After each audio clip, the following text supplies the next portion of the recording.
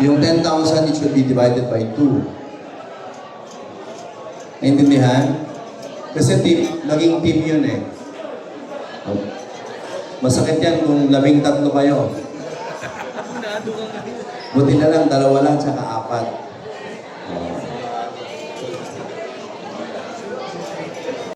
Hi, pwede ba interview? Anong po masasabi ninyo na ilan ang gold mo? 2. Anong pakiramdam mo na nagkaroon ka ng kanyang karaming gold?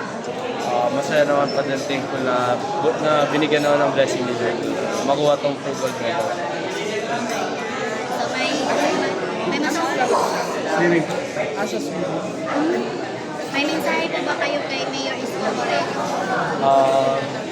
Ang mensahe ko is thank you po for giving us a chance na pinadala po kami to compete in Batang Pinoy. Kasi last year wala po, and ayun nga po, isa lang po yung nakuha medal noon last year. Buti ngayon po is nagkaroon ako ng madami dahil binigyan ho kami ng chance ni Mayor Isko na papuntahin doon sa Batang Pinoy Vengeance.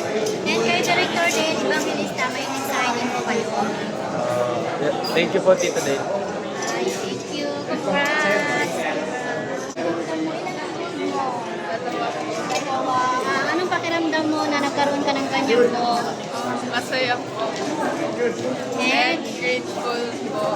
anong laro ka? Swimming po. Swimming. So may mensahe ka ba sa ating Mayor Isko Moreno? Thank you po. Kay Director Dale, Thank you po sa support. ilang taon ka na? 13 po. Wow, ang bata mo pa. Galingan mo pa ha. Congrats. Anong name mo? Si Aisha. Ayan. Congrats.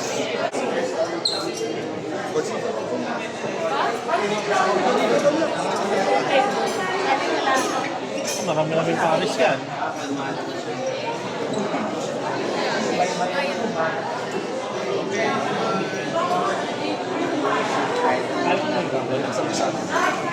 Ayun yung gold.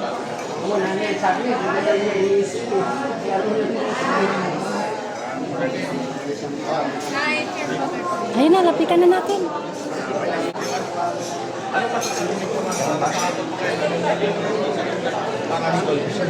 Ano to, hard work ng mga coaches and mga players natin. Saka syempre, support ni Mayor Isko and mga kasama natin sa paglilingkod sa Maynila.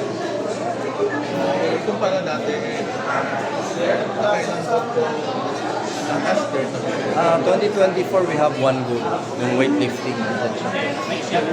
Pero ngayon, medyo nakabawi tayo. Siguro dahil sa leadership ng ating mayor. Naka 43 goals tayo.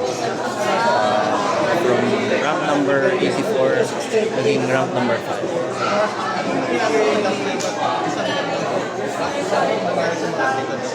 Last year, wala kasi ako nun eh.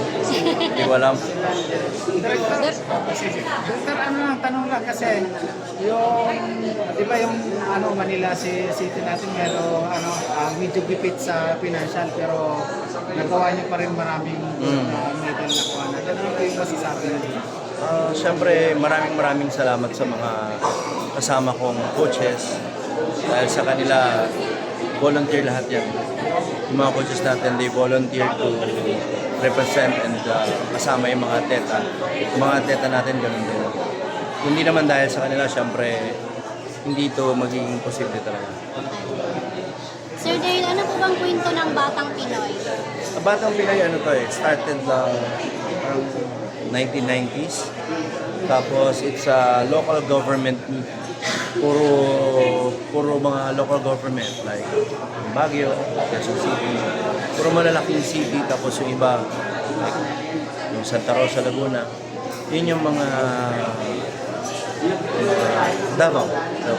Marami actually, 180 plus local government ito na Ano po ba sila, nag-participate. sir? Ano po bang mga laro nila? Anong laro? 27 sport po, pero nag-participate lang tayo sa 15 sports dahil nga wala tayong Wala tayong pera. Wala tayong pera to bring everyone. Yung iba kasi, ibang bayan, nasa 800 plus yung kanilang atleta. Tayo, 200 lang. Kaya medyo malayo yung pag tinignan mo.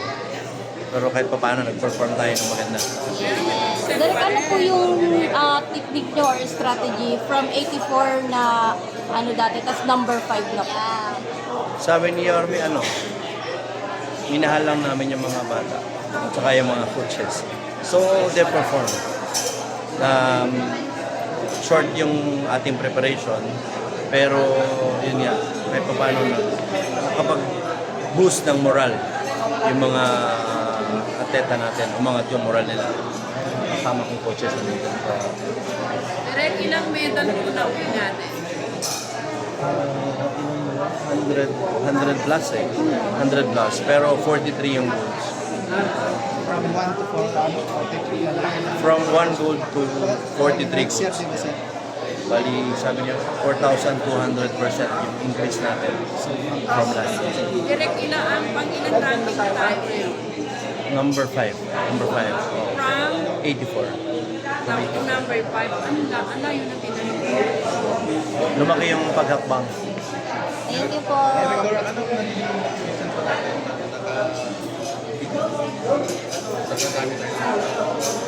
Yun nga, sabi ko nga sa kanina, yung motivation nito is yung siguro yung love ng ating local government sa mga atleta ng Maynila. Kasi kung siguro hindi nila naramdaman na gusto silang padala, hindi sila importante kay Yorme, tingin ko hindi magiging possible ito. Tsaka yung mga coaches, talagang they're willing to sacrifice para ma-ensayo yung mga bata. Siya yung isang bata dyan, kaya bronze siya ngayon. Siya yung nag-collapse 2 days before. Yung weightlifter natin, siya yung gold medalist dati. Nandito na siya. 13 years old, pero kalaban niya mga 17. Direk, message po sa mga athlete. Maraming salamat sa mga atleta na kasama ko sa Batang Pinoy. Sa mga coaches, maraming salamat. Pag-insayuhan natin yun for next year. Kasi sabi nila, tinitingnan na nila tayo. Last year, yung Batang Pinoy parang wala lang. Ngayon, sabi nila bigyan ng watch. Watch na kayo. Wow. Wow. Ano lang, basta ensayo lang maigi. Biglang binantayan sa. Ganun talaga. Ganun talaga. Dati hindi ka kasali eh. Ngayon kasali ka na. Kasali ka na. Ngayon, tinitingnan ka na, sir. Congrats mo, Direk. Thank you. Congrats, Direk. Maraming salamat po. Thank you po.